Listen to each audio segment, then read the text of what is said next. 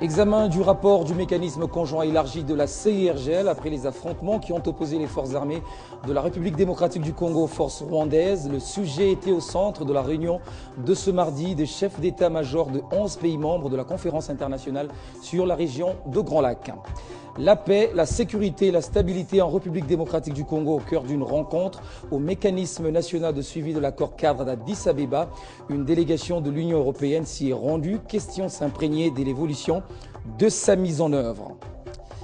Si vous êtes à l'étranger, nous sommes à Kinshasa. Bienvenue à tous et merci d'être avec nous sur Télé 50. Direction d'abord Luanda, capitale angolaise, où se sont réunis ce mardi les chefs d'état-major de 11 pays membres de la conférence internationale sur la région de Grand Lac. Cette première réunion a porté sur le rapport du mécanisme conjoint élargi de la CIRGL après les affrontements qui ont opposé il y a quelques semaines les forces armées de la République démocratique du Congo aux forces rwandaises. L'annonce de cette réunion a été faite par Alphonse Tumbalwaba, secrétaire exécutif de la CIRGL. On l'écoute. La procédure veut que ce rapport soit examiné et validé au niveau de la réunion des chefs d'état-major général de la CIRGL. Et cette réunion va avoir lieu à Luanda le 1er juillet.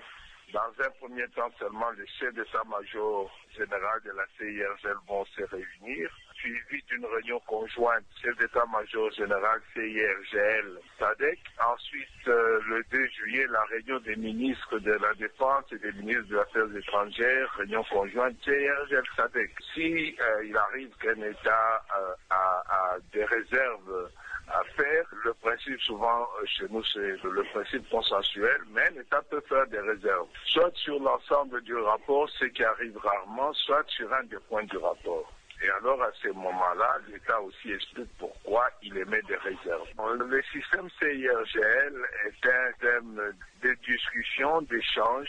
Et à partir de ce rapport, soyez sûr qu'il y aura des recommandations, parce que ce dont nous avons besoin, c'est évidemment à ce qu'il n'y ait pas de recrudescence des tensions. Et nous reviendrons évidemment dans nos prochaines éditions sur les recommandations issues de cette réunion avec notre envoyé spécial sur place, Patinkiri. Dans l'actualité également, la paix, la stabilité de la République démocratique du Congo intéresse au plus haut point l'Union européenne, représentée par son comité du Conseil de ministres. Ce comité a échangé avec le mécanisme national de suivi ce mardi dans la matinée. Cette délégation a été informée sur la mise en œuvre de l'accord cadre d'Addis Abeba au niveau national et elle compte contribuer au retour de la paix et au développement en RDC. Regardez. C'est un comité au sein du Conseil des ministres de l'Union européenne chargé de définir la politique de 27 à l'égard de pays d'Afrique subsaharienne qui prend d'assaut les mécanismes nationaux de suivi et ce mardi. L'Union européenne a envoyé une forte délégation pour s'enquérir de l'état d'avancement de la mise en œuvre de l'accord cadre. Nous avons fourni les réponses appropriées. Nous avons indiqué que très bientôt, au cours des 10 prochains jours, je pense, la matrice des engagements nationaux sera validée dans le cadre d'un processus institutionnel avec le concours des partenaires à l'accord cadre.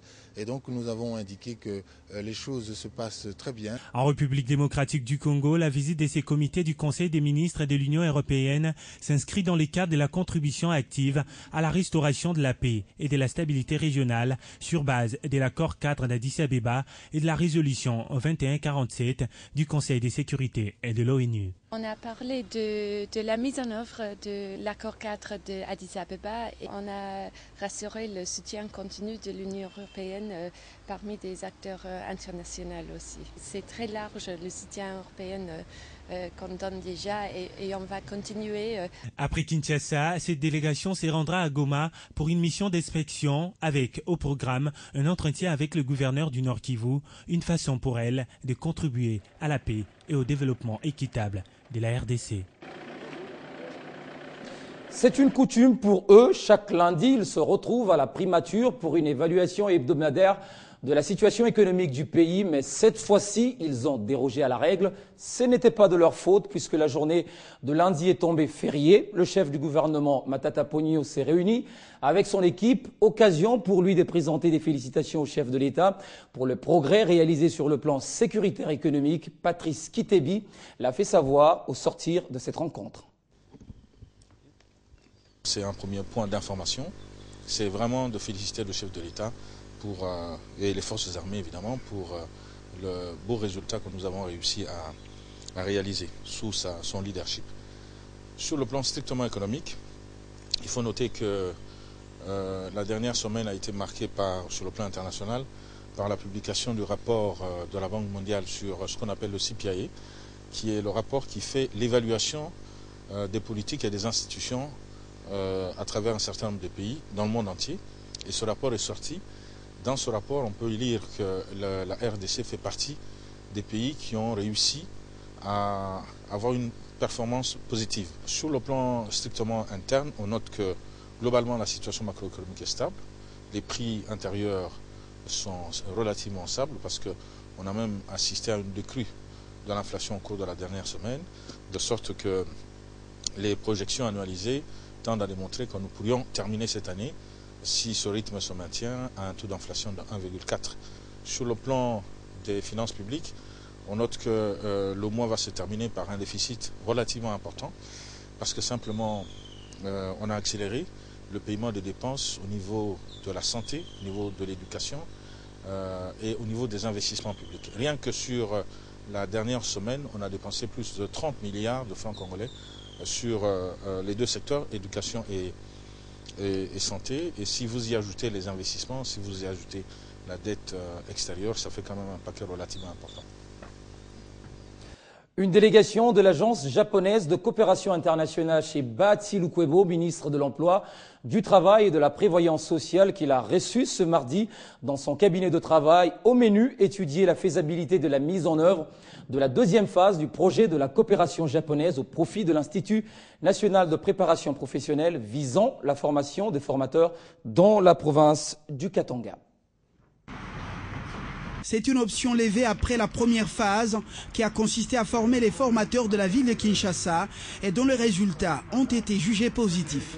Nous avons terminé la première phase avec beaucoup de succès et c'est ce qui permet aujourd'hui à la coopération japonaise de décider que nous puissions continuer avec la deuxième phase. Et cette deuxième phase ne va pas se limiter seulement à Kinshasa.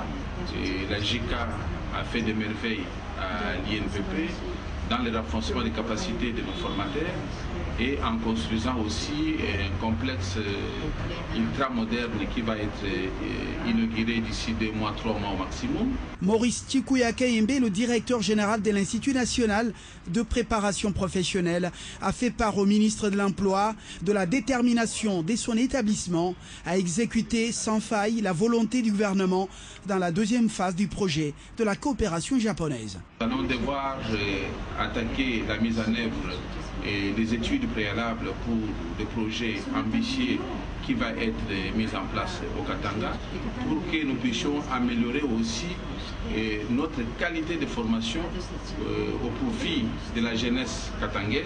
Cette rencontre a été une occasion pour le ministre Bati Lukwebo de réitérer sa reconnaissance aux partenaires japonais pour le soutien qu'ils apportent à la RDC et plus particulièrement dans la formation professionnelle.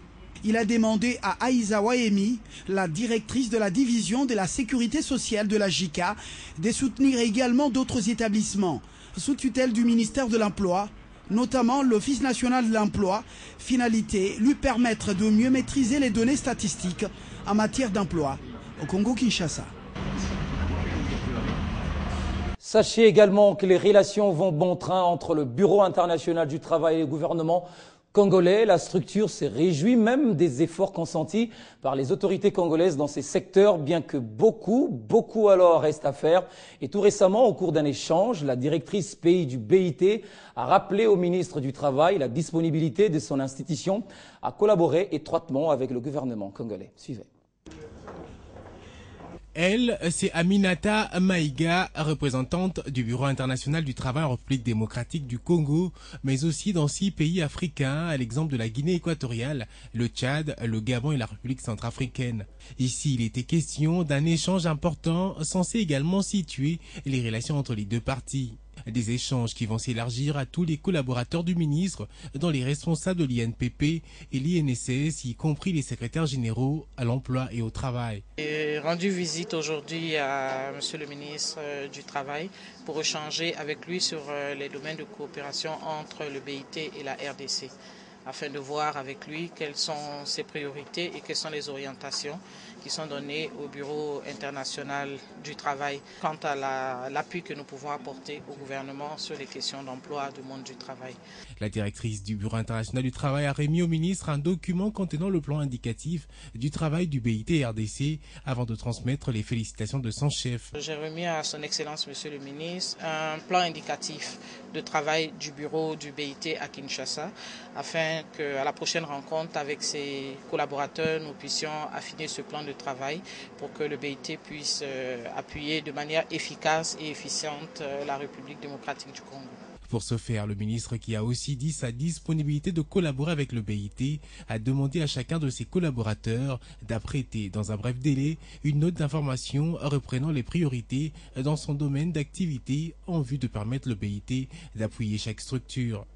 À noter également qu'au cours de cette rencontre, la représentante du BIT a invité le ministre à visiter leurs installations dans les tout prochains jours. L'actualité dans le monde, en France, son ancien président Nicolas Sarkozy est au centre d'une information judiciaire pour trafic d'influence et violation du secret de l'instruction. Les enquêteurs de l'Office anticorruption de la police judiciaire vont pouvoir entendre l'ex-chef d'État pendant 24 heures, renouvelable une fois. C'est une première en France qu'un ancien chef d'État soit placé en garde à vue.